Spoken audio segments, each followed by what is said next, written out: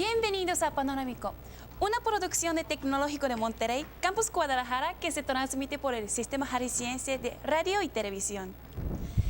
El día de hoy contaremos con la presencia de Dr. Carlos Cerda, con quien tocaremos el tema de los derechos humanos.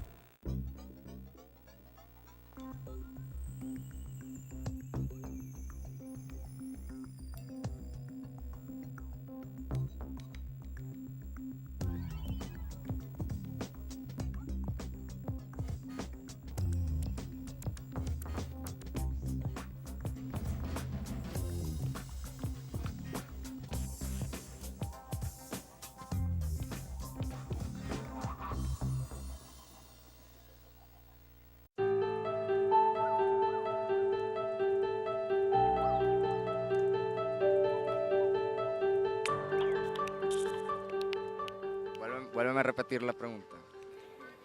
Bueno, en principio aplican a todos los seres humanos, ¿no? Para mí son una forma de proteger a los empleados, a la gente que trabaja aquí. Son los derechos fundamentales que tenemos todos los que habitamos en el mundo. Creo que se tiene que percibir más como garantías de convivencia que te otorga la sociedad para que tengas un mejor desarrollo como persona, ¿no? Son un grupo de características, cualidades, incluso como de, le podemos decir funciones que son inherentes al ser humano por el simple hecho de haber nacido. Que los ciudadanos dentro de una sociedad puedan fluir libremente y desarrollar sus planes de vida y sus expectativas hacia su propia sociedad. Hola amigos, bienvenidos a Panorámico, soy Florencia Durón y el día de hoy me acompaña el doctor Carlos Cerda. Gracias, Carlos, por estar aquí. No, gracias a ustedes por la invitación. Y es que vamos a hablar sobre los derechos humanos. Así que, doctor, platíqueme, bueno, obviamente sobre los derechos humanos, el concepto, cómo surge, cómo se podría definir. Surge más o menos en el siglo XVIII aproximadamente, el concepto, y obviamente tiene las manifestaciones más concretas con la Declaración de Derechos del Estado de Virginia en 1776, y desde luego pues la más paradigmática de todas, que es la Declaración de los Derechos del Hombre y el Ciudadano, la Declaración Francesa de 1789. Claro. Actualmente ha habido varias hipótesis de cómo surge el concepto de los derechos humanos. Hay uno muy interesante que acaba de desarrollar una filósofa norteamericana, historiadora también muy destacada de la Universidad de Los Ángeles, que dice en su libro que se llama La invención de los derechos humanos, que estos conceptos, que no es que hayan surgido, más bien es que se han reconocido, datan precisamente de la empatía que provocan particularmente tres novelas. Ella dice que son tres novelas. Menciona dos del escritor inglés Samuel Richardson, una se llama Pamela, la otra se llama Melissa, y una del eminente autor del liberalismo, que es Jean-Jacques Rousseau, Juan Jacobo Rousseau. Él, a través de otra novela, nosotros a Rousseau lo identificamos sobre todo por su gran obra El Contrato Social, que es una de las grandes obras enciclopedistas que precisamente propician toda la Revolución Francesa y que vienen incluso a influir en los movimientos independentistas latinoamericanos. Pero Rousseau era novelista a la vez, y una de sus novelas también, que también tiene como centro a una heroína, se llama Julia o la Nueva Eloísa. Entonces esta filósofa norteamericana toma estas tres novelas, en las cuales en las tres hay una heroína, y dice la empatía que provocó el ver cómo de alguna manera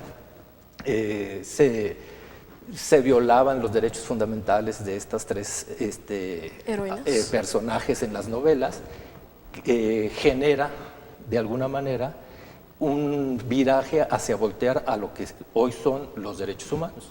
Entonces, pues es una hipótesis nueva, muy novedosa, muy, llamémosle, arriesgada, pero que curiosamente sí coincide en las fechas, porque la época de las novelas son aproximadamente en 1740 una, en 1748 otra, y la de Rousseau en 1761.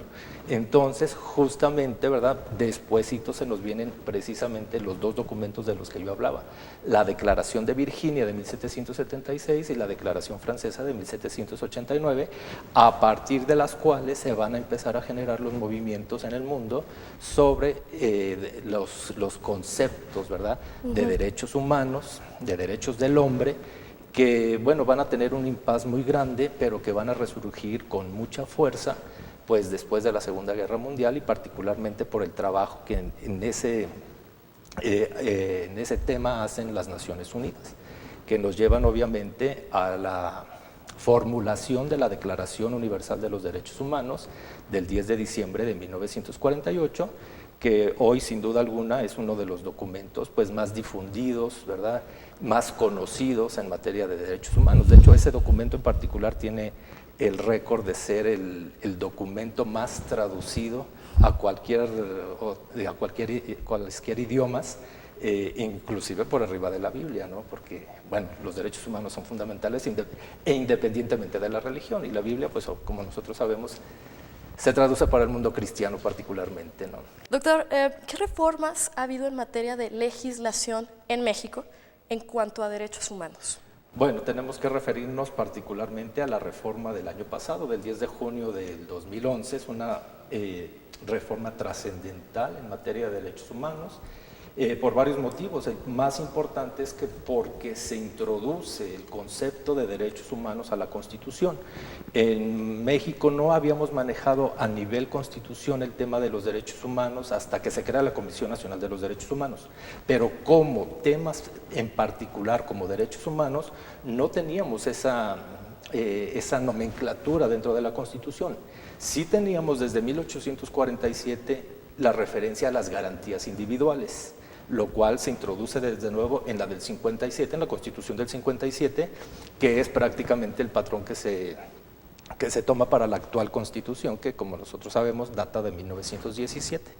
Entonces es hasta el 2011 cuando nosotros incorporamos también no solo la referencia a las garantías individuales, sino también a los derechos humanos. Y ahí sí, hay que decirlo con un poco de pena, ¿verdad?, fuimos de los últimos países de Latinoamérica en incorporar esto, porque desde la década de los 80 los países latinoamericanos habían reformado sus constituciones o creado nuevas constituciones donde le daban un lugar muy preponderante al tema de los derechos humanos. Nosotros tarde, pero finalmente lo hicimos, ¿verdad?, en junio del año pasado. Entonces es una reforma integral de varios conceptos, pero que viene a modificar, a trastocar completamente la materia de los derechos humanos en la legislación mexicana. ¿Por qué? Pues porque precisamente había que hacer ese reconocimiento, ¿no? Nos habíamos quedado muy cortos en materia de garantías individuales, es decir, las obligaciones que tiene el Estado de preservar estos derechos. Y ahora, con esta reforma, ya no son solo los derechos que están contenidos en la Constitución, porque nuestro artículo primero ahora señala: todo individuo que esté en la República Mexicana gozará de las garantías, ¿verdad?, consignadas en esta Constitución, pero más aparte todos los derechos que estén en los tratados en materia de derechos humanos que México haya ratificado. Entonces el espectro de los derechos se ha ampliado de una manera muy significativa. Ya no nada más son lo que nosotros conocíamos como las garantías individuales, sino todos aquellos derechos que estén contenidos en los tratados internacionales que México haya suscrito y ratificado. Excelente. Tenemos que ir a una pausa, ya regresamos. No se vayan.